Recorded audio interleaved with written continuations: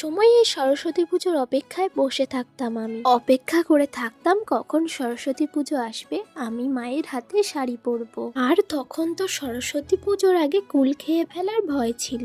সত্যি ছোটবেলার সরস্বতী পুজো তো একটু অন্যরকমই ছিল। আর এই দেখো সকাল সকাল উঠে গিয়ে পুষ্পাঞ্জলি দিতে বসে গেছি। তারপর তো প্রসাদ নিয়ে চলে আসি বাড়িতে। সরস্বতী পুজো বলে কথা, বাড়ি থাকলে চলে, তাই ঝটপট রেডি হয়ে বেরিয়ে পড়লাম। এদিকে কাণ্ড দেখো, স্টেশনে এসে প্রায় 1 ঘন্টা ধরে বসে আছি, ট্রেন আসার নামই নেই। প্রায় 1 ঘন্টার বেশি ওয়েট করার পর ট্রেন এলো। এরকম মিনি ব্লগ যদি তোমাদের ভালো লেগে থাকে তাহলে অবশ্যই আমার চ্যানেলটাকে সাবস্ক্রাইব করে দিও। তো যাই হোক, শেষ পর্যন্ত আমরা বেশি ভিড়ের মধ্যে যাব না বলে এই সুন্দর লোকেশনে আসি। আর এখানে এসে তো কিছু ভিডিও আর ফটো তুলে নিই। আর গাইস তারপরে হয়ে যায় কিন্তু সন্ধ্যা। তাই আমরা বেশি দেরি না করে সোজা বেরিয়ে চলে আসি এখানকার একটা দোকানে চাউমিন খেতে। কিন্তু এদিকে ট্রেন চলে আসায় চাউমিন নিয়ে উঠে পড়ি ট্রেনে। তাহলে গাইস আজকের ভিডিওটা এত দূরই, দেখা হবে নেক্সট ভিডিওতে।